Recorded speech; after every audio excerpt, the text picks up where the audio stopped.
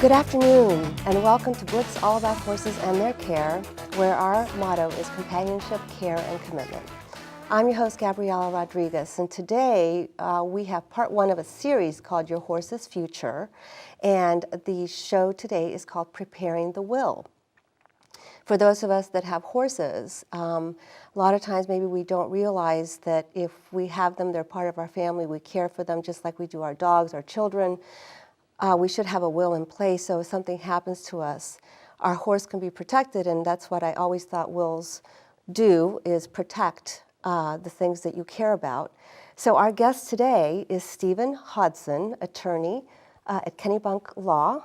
Yes, that's correct. In Kennebunk, Maine, and Stephen is here to help us unravel the mysteries with a topic that's really serious but really hard to talk about.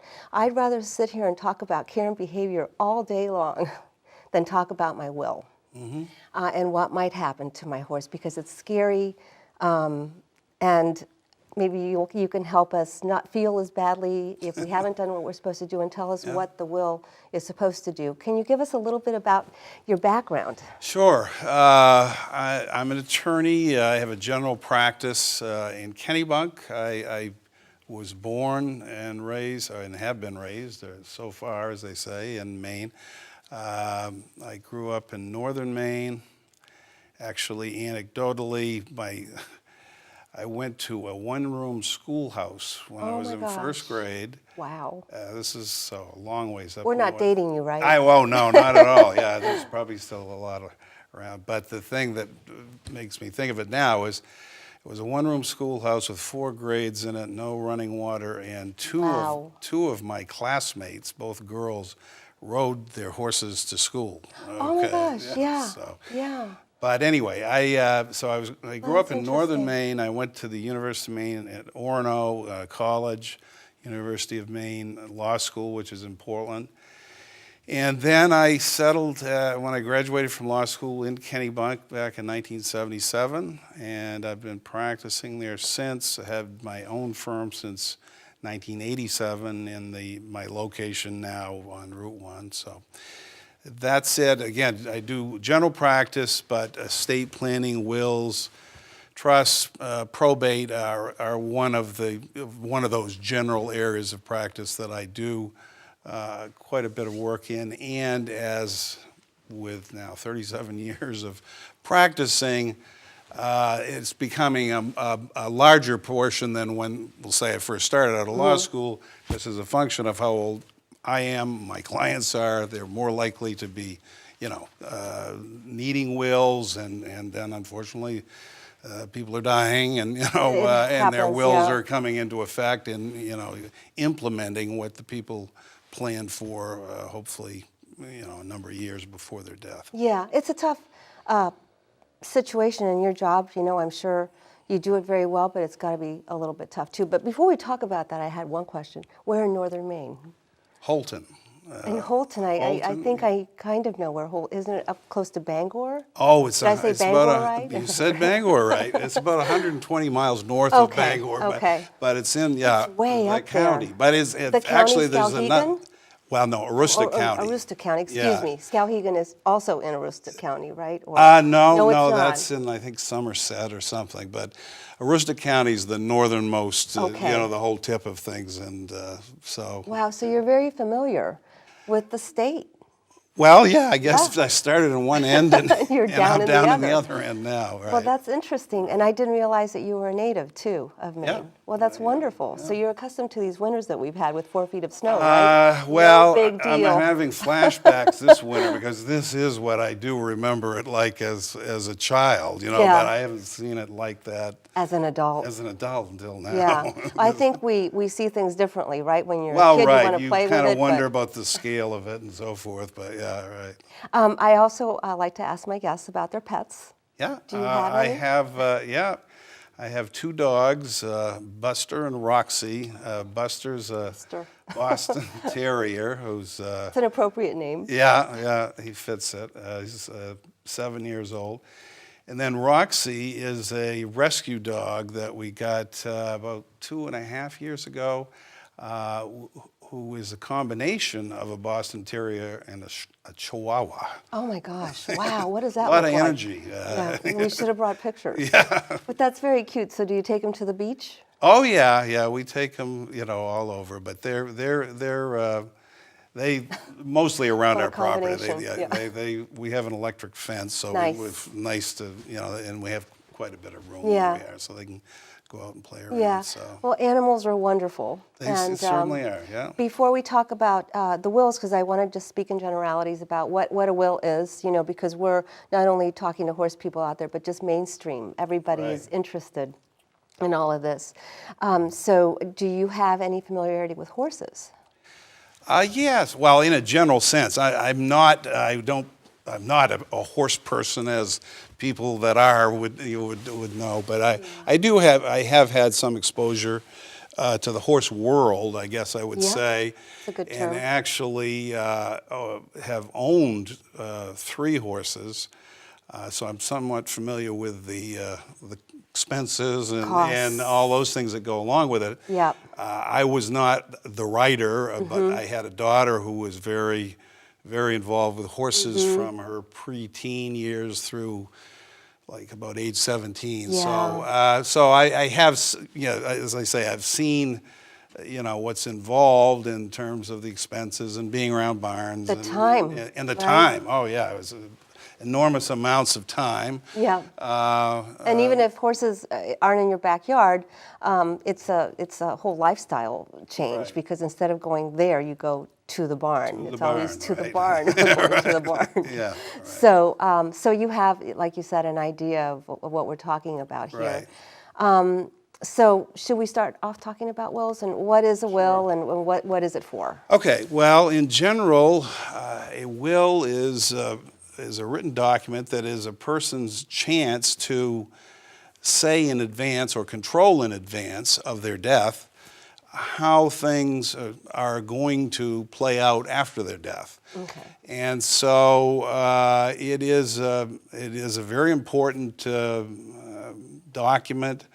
I mean, there's basically no reason a person should not have a will, and there's some pretty compelling reasons why certain categories of people absolutely, I mean, it would be very devastating, dangerous, or risky not to. And one that we're not talking about today, but it has some crossover similarities, is with children. I mean, Yeah. anybody that has, younger children, or they're still minors.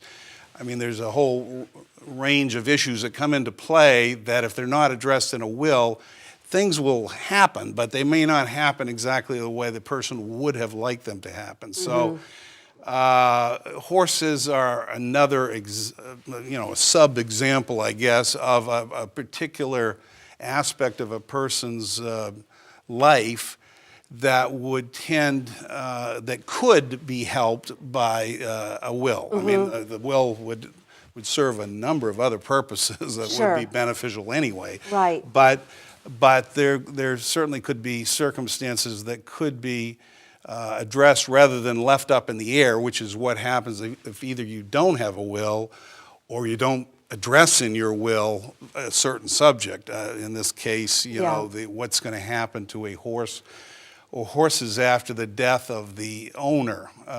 So it's a good opportunity to have your input and not leave things totally up to chance, more or less, after you're gone. Well, I've had a lot of time to think about this when I was researching it, but I was trying to figure out what I could possibly compare a horse to for people that don't have horses and are unfamiliar that they can live into their 30s, or they can live into their teens and 20s but be injured or not healthy and need a lot of care.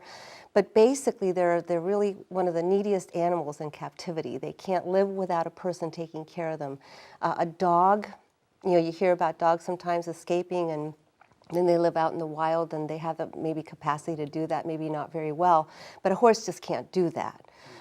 We have wild horses, but horses in captivity that have been bred for captivity would never, ever be able to survive in the wild. So the only thing that I could come close to it, somebody in my family has a child with special needs, with severe autism, and that child, they're going to have to take care of that child for life. And when I thought about that, I thought, wow, you know, the horses, they'll never be able to take care of themselves. They live so long, and you've got to have some care for them. So would that be kind of Yeah, that would be a fair? good, comparison. Well, I mean, you know, there's it's points a of it where it human and would break down, right, right. but no, it's good for purposes of, I think, of getting at how a will can address a situation, and because there are common things. Obviously, one's a human, one isn't, Right. and there's a big difference Right. there. But you say the special needs type of thing, and for example, that brings to mind that phrase in estate planning or will writing is a phrase. It's a type of trust, a special needs trust that when a person has a child like you're talking about, that's a way to recognize and provide for them for, you know, they're not going to be ready when they're 21 or 25 or whatever, just here's some money, do what you will. You know, Right. so there's that similarity. The one thing that I would point out that's very dissimilar between the two, but which accentuates why you know, will might, or not more important, but what I'm getting at is if you have a special needs hard to talk about, child, isn't it? yeah, It's well, difficult, it can even be, for us, right? yeah. But a special needs child, even though it's not the best result, if you don't do anything, our society is going to provide for that Yes. child somehow. Yes. I mean, there are programs, and there are, And that's a you know, it wonderful may not thing. be the absolute best, and maybe you could have, you know, set it up in a better way. Yeah. But they're not going to just be abandoned. Right. A horse, on the other hand, Yes. is the reason, you know, the Property. state isn't going to, you know, they don't have a department for the welfare of Yeah. horses or whatever. too bad, So yeah. so there isn't going to be that there isn't that safety net there. No. So that's one of the reasons why it could be, or you know, an advantage for somebody if to provide ahead of time how their horse can be taken care of, which obviously gets into financial issues. I mean, not everybody Yes. has unlimited amounts of money, so Right. there's different things that you could do, but which do tie into you know, what you've got available and what the expenses are or can be, as you've Right, already right. alluded to. They can get pretty big numbers pretty quickly. Right, and we're not even talking about riding a horse. We're talking about just caring for the horse. Right. And about 8 to 10% of the population, it's a very small fraction of the population has these horses. Probably less that actually own them. And so finding someone to take care of a horse versus, you know, a family member, someone to take care of your child is quite a different thing too. Right. Right? And then, go ahead. Yeah, no, you're right. I mean, that is another one to kind of cross back and forth between humans, children, and Right. horses. But that, if I were talking to a couple and they had a couple of small children or whatever, and we were talking, I mean, part of on the list of what needs to be addressed here is, listen, you need to provide for the possibility, hopefully statistically not likely, but that both of you die Right. while one or more of your children is still not an adult. And in that case, they're not able to, you know, legally be on their own. So, so what a will can accomplish is you can name in the will, this is who I want to be the guardian of my children. Right. And you can set that up ahead of time instead of leaving it up in the air to who wants or doesn't want, or you know, whatever, Right, after the fact. So with a horse, again, if you're going to provide for something that's going to go on after your death, it's going to involve some person other than you. There has to be Right. somebody who's going to carry out the plan that you have in your mind or translate to paper in your Yes. will or your trust. But somebody has to carry that out. So, again, as with the children, there's somebody that's a guardian. There's somebody that normally that's a trustee that takes care of the financial aspects of things. And sometimes that's the same person, sometimes it isn't. But so I have the conversation a lot with people about, well, who would you want to be the guardian? Who would you want to be the trustee? And some people have just all kinds of or they have a very natural candidate, you know. Well, That's it would nice, definitely yeah. be my sister so-and-so. I mean, the kids practically live at her house, you Yeah. know, all that kind of stuff. To somebody else who says, I'm an only child, I don't have, so, and that would come into play with a horse owner too. I mean, you might have somebody who says, oh, yeah, my twin sister and I have ridden horses since we were kids. She's got a Right. barn, all all that, set. all perfect. Yeah. To somebody who is involved in the horse world but doesn't have anybody else of the closeness of association, because we're talking about somebody who's going to do something for nothing, basically. Right, Okay? right. So you're not hiring somebody for And this for life. job For the life of the horse. Right. So that's somebody. That's a particular. It's tougher. It's a In tougher way, it's thing. tougher, Right. isn't Right. it? So that's one of the things I think some people. Will have difficulty coming up with, might Yeah. have difficulty coming up with, and that might alter what they would do in terms of a will. 'Cause Right. It's not, I could say, well, you can set up a trust, and okay, but we don't have a name to plug in. Right. So that would. Or that the would- names change. or- That well, can yeah, happen the too. names change, and yeah, that you can always provide for successors what would happen, and you should.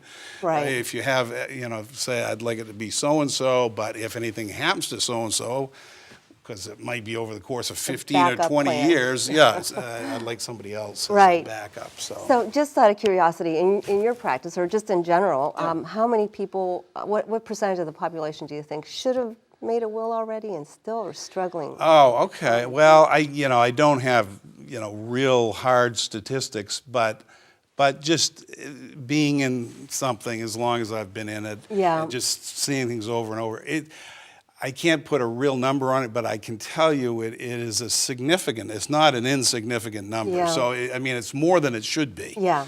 Let's put it that way. Because we're afraid to die? Yeah, it's the subject of death is a very It's hard. is a difficult subject, and for some people it's much more difficult than others. I mean, I've had Yeah.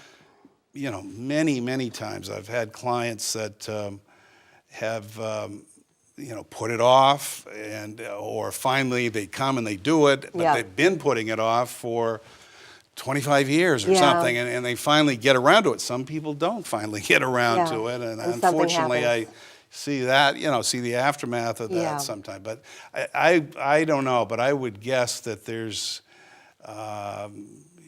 that the percentage of people that don't have wills, I bet is at least a third, That's a lot, if not maybe more. Yeah. So. Well, as far as costs, Yeah.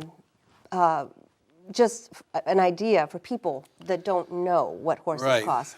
It's a lot more than you think. Good care. If it's not good care, then the costs, of course, obviously are less, but if it's good care and what the horse needs, I estimated about $3,000 for only food for one horse.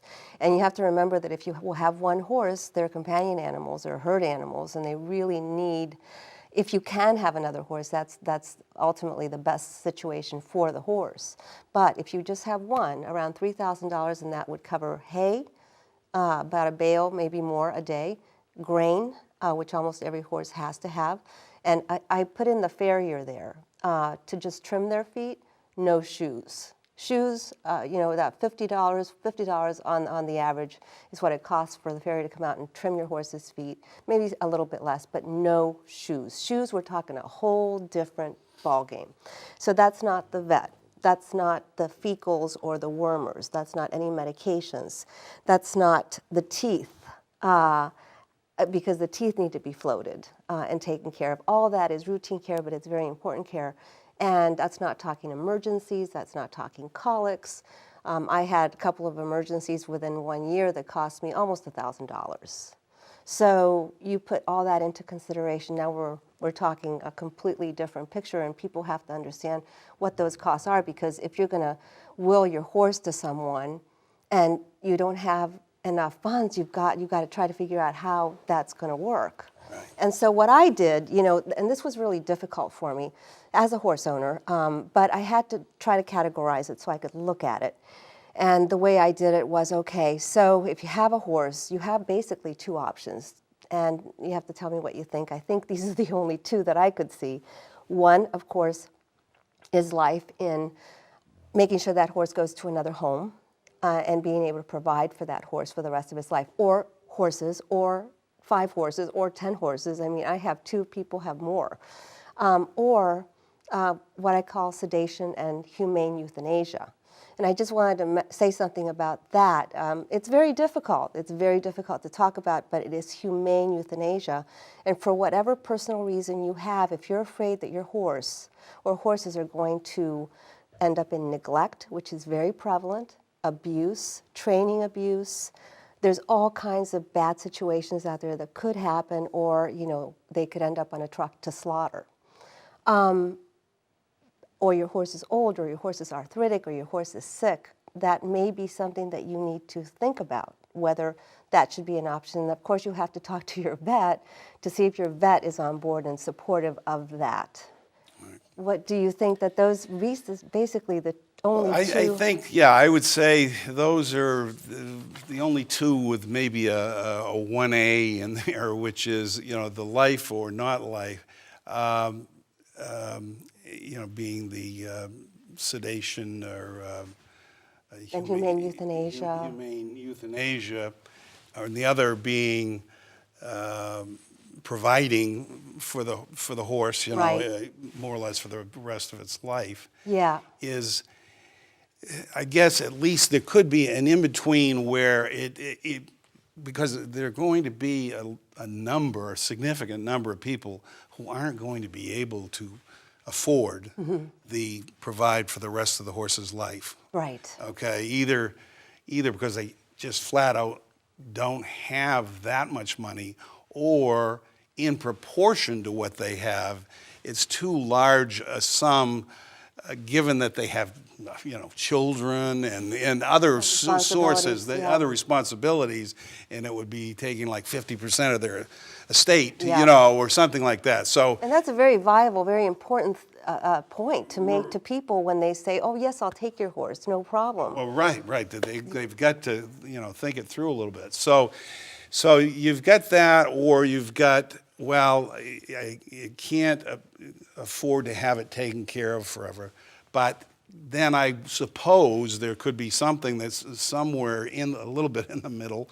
If somebody said, well, geez, I don't have enough money for this horse to be taken care of indefinitely, but maybe I've got, I could dedicate $10,000 or $15,000, maybe enough that would be possibly a couple years, or right. Something like that. But then what after those 2 well, years? no, but then they would have to provide. But what I'm saying, but I guess the other thing, I don't know, but I'm thinking if somebody said, well, I'll provide the care, this amount of money, and then I want my trustee caretaker person to be looking for a suitable, placement or something, Right. If I don't know, sometimes tricky. It's well, I'm very sure tricky, it's tricky. So you got to have an out if it isn't. Right. But at least you could say I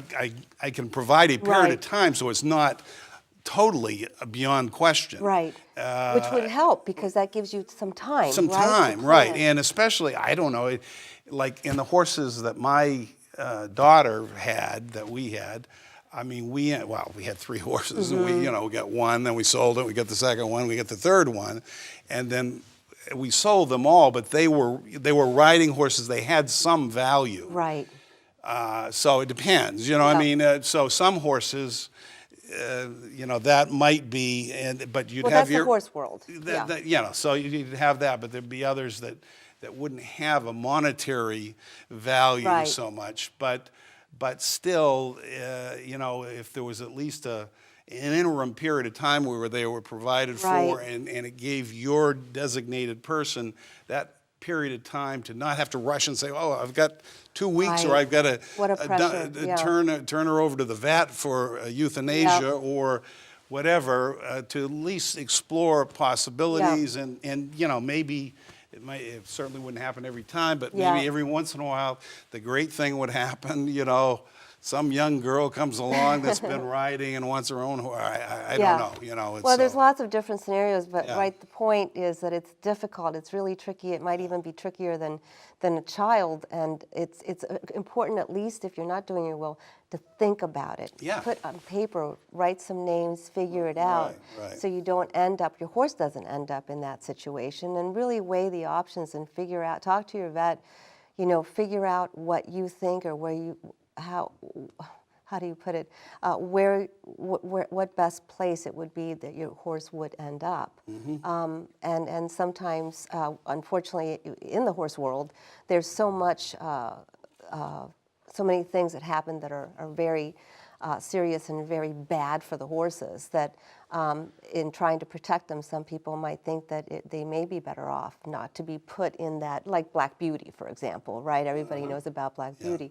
But it's a personal decision. You've got to at least try to figure out and know what your options are, so that's why we're doing this today. Well, that's right. And no, and I strongly agree with you that the person ought to think that through, so that the person who's going to carry out their wishes knows that. I mean, you know, in other words, that's a difficult decision, probably, you know, as far as the idea of euthanasia and so forth. But if you can make the decision yourself, so that whoever you've picked as of this volunteer doesn't have to struggle with it. In other words, of saying, you know, in the event that my horse can't be, you know, placed or blah, blah, blah, after this money is used up, then it's my wish that my horse be, you know, humanely euthanized. And you take the burden, the guilt or whatever off the person who has to kind of make the decision. Take that horse to the vet, or the vet come and do that, because even though, in my estimation, you know, I've had so many of my pets humanely euthanized, and I feel that I have, it's wonderful that I have that option so that they don't suffer. But again, it's a horse, it's a healthy horse, maybe it's a young horse, or if it's 2 or 20, you know, you still love your horse, you want it to have a good life, but you have to sit down and think about that, right? And so I thought, okay, so so we have humane euthanasia, sedation and humane euthanasia. And sedation, the horses don't know, and hopefully you don't convey that to them, but it's supposed to be a humane way of dying. But if you have, which is actually very strange, but it costs $300 or so to do that. But now, if you want to will your horse to someone so that he can enjoy the rest of his life, now we're talking boarding facility, where they supply food at least, and that's going to cost you anywhere between $500, $600, $700, depending on where you go. A month. A month, excuse me, yes, a month.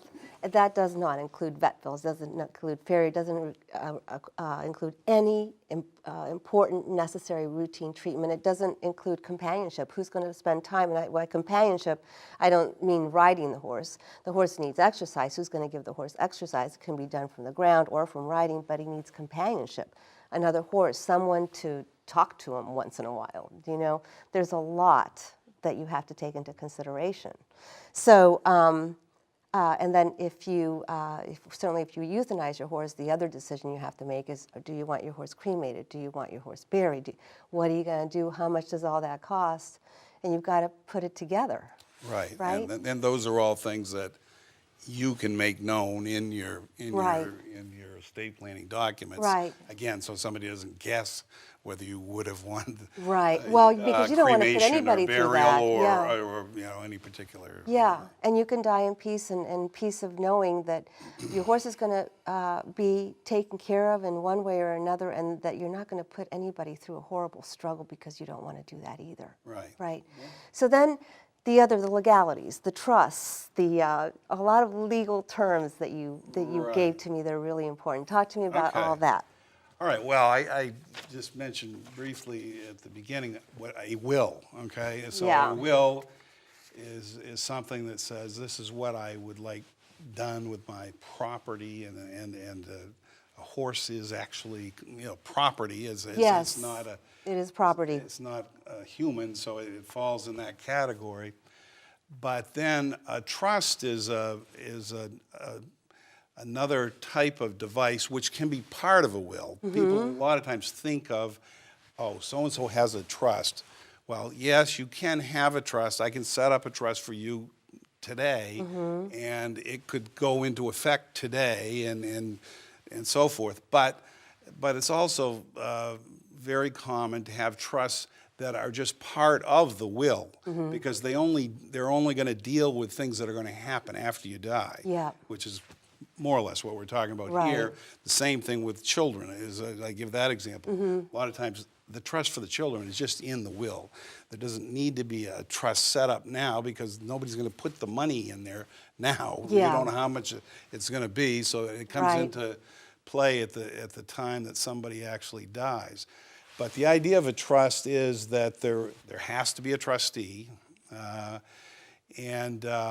I mentioned to you off camera when we were talking, it wasn't that long ago that it wasn't even legally possible to create a trust for a horse or any other kind of pet in most states. That's right, yeah. But You did tell me as that. of now, that I believe 48 out of 50 states, including Is it- Maine, yeah? have Okay. a specific law that says that you can have a trust. And the reason why Yeah, that's why interesting, couldn't you have yeah. one? Well, it came back to the idea that an animal is property. It isn't. It's like it's not a human, and so up until then, it was thought, well, you can only have a trust for a human being. It would be like, I can't set up a trust for my car, or something like Right. that. But anyway, recognizing the special attributes of We need pets. another category, yeah. Right. They finally came around. So it is. I mean, it's perfectly legal to do it. Yeah. But the elements of a trust are, you have to name, there has to be a trustee. That's the person who's in charge. There has to be what's called the Latin term, corpus of the trust, which just Yeah. means what assets are in it. It has to be Okay. funded with money or something else. I mean, that can be turned into money, Yep. like real estate or something. You can use proceeds from life insurance sometimes, But so one way or the other, the trust is funded, Yeah. and then it has to have a purpose. And the purpose, and that's where, in this case, it's the care, maintenance, et cetera. But I mean, you spin that all out to more detail, Right. as much detail as you can of what the trustee is authorized to use the trust monies for, and that limiting it, but hopefully giving sufficient discretion to the person so their hands aren't tied, Right. in a situation that you haven't thought of. If you're a little too strict on your rules. You were talking about that. That's a very important point. And that comes back to the idea that who the trustee is so important. Right. And so, I mean, the better fit that person is, the more somebody's going to be trustful that they will use their discretion, that they have good common sense, they know what you were like, how you took care of your pet or whatever. And, they'll do things the way you can hit the highlights. I want this, that, and that, but you don't have to get down to, I want them fed 3 times a day, 8 o'clock, 12, Right, something like that. Right. So, you have to hope that they understand and they know what the horse's needs are. Right. Whereas children Right. need lunch, breakfast, lunch, and dinner, have a specialized Right. diet, but a Yeah. horse, they live outside, well, they have a barn, but it's a whole different thing. So that's one of the again, it comes back, that's a tough one. Not Yeah. everybody's going to have that ideal candidate for it. But anyway, the purpose of that's how a trust functions, or the ingredients of a trust. And then you would also provide normally in a trust for the possibility that the trust may not be fully used. So I mean, okay. you could leave somebody could say, I leave $50,000 for the care of my trust, Right. care of my horse, Right. and the horse breaks its leg the next year and has to be put Yeah. down, and there's $40,000 in there. So Right. it should also provide, in the event that the trust terminates for whatever reason, then I want that money to go to either these specific people or perhaps a horse organization or something, humane society, whatever, yeah. but so that there's some ultimate, Right. disposition. Now, when we were talking before, we had that, I think we talked for 2 hours.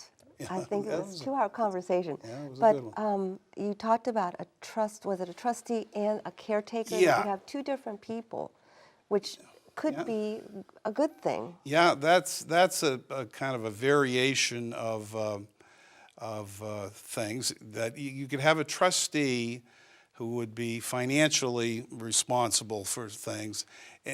If, for example, you didn't have a real close person who really was a horse person, but you had your brother or somebody who was a CPA whiz kid, all this, and good at managing money, and would make good decisions and so forth. And then maybe you could think of a caretaker who'd be the person that might physically be taking care of this. But so then, and they don't have to be quite as close a relationship. It might be somebody that you know in the horse world or from a barn or something like that would be physically carrying out the details of providing for the care, and perhaps that person, they certainly would be, the trust would be paying for the expenses and maybe some stipend or something, to that person if it's totally like a volunteer. Right. But then there's communication between But then there's both people communication between them. There's somebody to check on that person. Yeah. The trustee to say, geez, I haven't seen any bill or receipt for a checkup, for 10 months, what's going on with a vet or that type of thing. And you can do it together in harmony, hopefully, for the better interest of the horse. Right, so that's... And the person who died. Yeah, it's like, again, the analogy to humans is sometimes that's the way it's set up with minor children. Right. As I said, you have a guardian. Oh, the perfect guardian is my sister, Susie, who blah, blah, blah, has kids, loves them. She'd be the equivalent of the caretaker. Right. I mean, they would live with her and all that, but it might be Uncle so-and-so that's handling the money and deciding maybe Susie isn't that good with money. And which happens. Yeah, which happens. Everybody and has not their strong through, points. and it just is sometimes it's a useful separation of functions, that there's somebody just kind of cold objective out there that's doing things, whereas the real, hands-on person is providing the care. And as we're talking about this, I'm feeling like it's just so complicated, And I was thinking, okay, so you say you want your horse to go to so-and-so's barn. What if so-and-so's barn remains so-and-so's barn, but the managers change it? Right. Or what if the rent goes up? Or what if the Right. barn closes? It happens all the time. Right. So it's tricky, but isn't your point that you need to just do something before you do, something and happens? actually, the conversation that I would have, and I have had people with horses before, that I've not, slews of them, but but I have had some that we've had, or I've had certainly even more with pets of one form or another that have wanted to do things, and the conversation usually plays out like with somebody saying something. They think they got it all set. They just say, well, this is what I want. And then it's a series of what if this? Okay. Well, what That's if when it that? gets tricky. What if this? Yeah. Because, and usually that's kind of part of the lawyer's function is to the scenarios. foresee through that and say, okay, your idea is a good idea, but it's an incomplete idea. Or, it hasn't, you haven't answered that thing about what if the barn, I want it to go to ABC barn, well, what if the barn burns down, it's turned over to some psycho or whatever. You never know. Yeah, so that's where you have to build in some flexibility. Yeah. Provide for those things. Okay, well, is there, we've talked a lot, and I think we could talk longer, but I don't want people to get too overwhelmed. Right. What would be the message that you would have to whoever's viewing, who has horses especially, or children, dogs, anything you care about? Right. Anything you care. Well, I would say that that you should consult with an attorney about getting a will. And I would also, something we haven't talked about yet, but normally when I sit down with a person or a couple to talk about doing a will, even if they say, oh, I want to do a will, we get around to some other things. And typically, the other thing I say, well, you really want to think about having a power of attorney. Oh, that's right, also. yeah. I forgot. You've heard of healthcare power of attorneys. We do those too. Yeah. But also a financial or legal power of attorney. Right. Because all of these scenarios that we're talking about after you die, what's going to happen and this and that. Right. If you became, disabled, Yes. Yeah, it could happen too. Just An accident. an accident, whatever, you're in a coma, Yep. this or that. Those things aren't. You might have a will that says what happens when you die, but you're not dead. Right. So you don't have anything that boy. is Yeah. providing. So a power of attorney is another, very important document that most people should have. Right. So, I would recommend that people, they should try to, or, ask around, get a Right. reference. Most people, have a circle of associates and friends that normally they can get some idea if somebody's had an attorney, they've either had a Right. good experience or a bad experience or Right. whatever, and they can, or certainly they feel free. It happens to me all the time. People will call up. Yeah. And just want, and say, can I talk with you or Right. meet with you to talk about Right. this, but I'm not 100% decided. Right. And in those cases, I and most other attorneys, I think, will agree to have an initial consultation either over the phone or in person, that if it doesn't go, if at the end of it they say, well, okay, no, I think I'm going to just not do anything Right. or something else, but at least you have the opportunity to open the door Right. that Right. way to hopefully find somebody that you end up being comfortable with. Yeah. And as opposed to a lot more people in the days of computer and internet and so forth are pulling forms off the And I was going to internet. mention that. Yeah. That's really important. Places like LegalZoom, it's all well and good and all of that, but you can get a lot of bad information and yeah. information. You can write everything up, and then it's no good. Yeah, That's- there are I mean, and of course, naturally, anybody's going to say, or Well, no, but they it's might say, it- a lawyer is going to be is kind of has a self-interest in lawyers doing That's- legal documents, which we do. That's your kind of have our profession. self-interest, Right. but the point about those other things is it's like somebody can give you. The nuts and bolts parts of something, and then here it is. Right. If you don't put it together right, it doesn't work. Right. And so there are That's right. It's many no good. examples of times when, Yeah. when that's just a drawback. I Right. think, that isn't discovered often until after it's too late. Yeah. Somebody's died. and you Right. Look at the, Well, you've given people here and me a whole lot of information to talk about or to think about, so maybe people will start becoming proactive Yeah. and at least I start hope so. writing things down and thinking about what they need to do.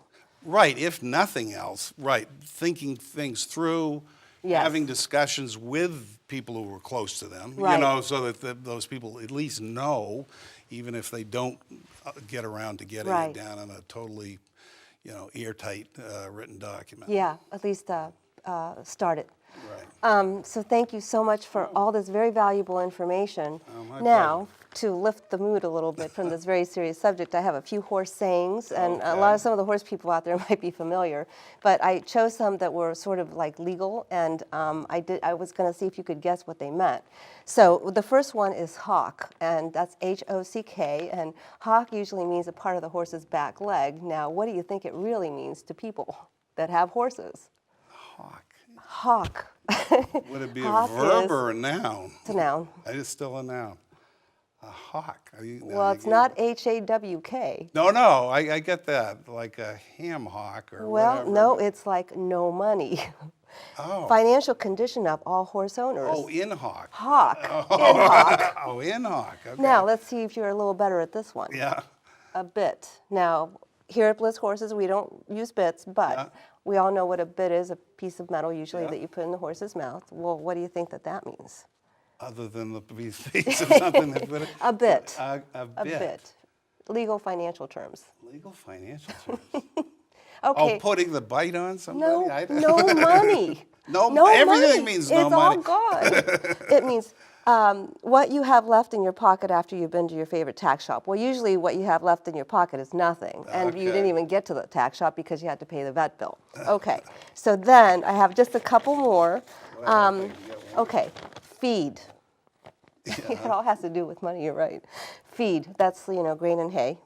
Yeah. Would that be synonymous with money? I don't know. Well, okay, I'll tell you. It's an expensive substance used to manufacture manure. Okay, and then I had my own, money pit, Well, that one horse, I guess. or the manure pile. Oh. Because I was looking at the manure pile one day and I thought, oh, geez, that's where all my money is. Okay. All right, and ready to ride.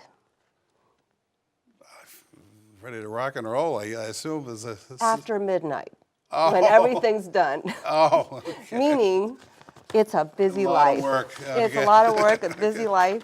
And I think you didn't get any of them, but we'll try for another one next time. Okay. But All thank right. you so much for joining us. I thank you. appreciate it. This is Gabriela Rodriguez saying thank you for joining us. And don't forget to enjoy your horse, care for your horse, and keep your horse. And we have a couple shows coming up, continuing the best interest of your horse, bitted or bitless. And we have an exercise show. We have all kinds of things coming. So please join us, and thank you for joining us today. Have a good one.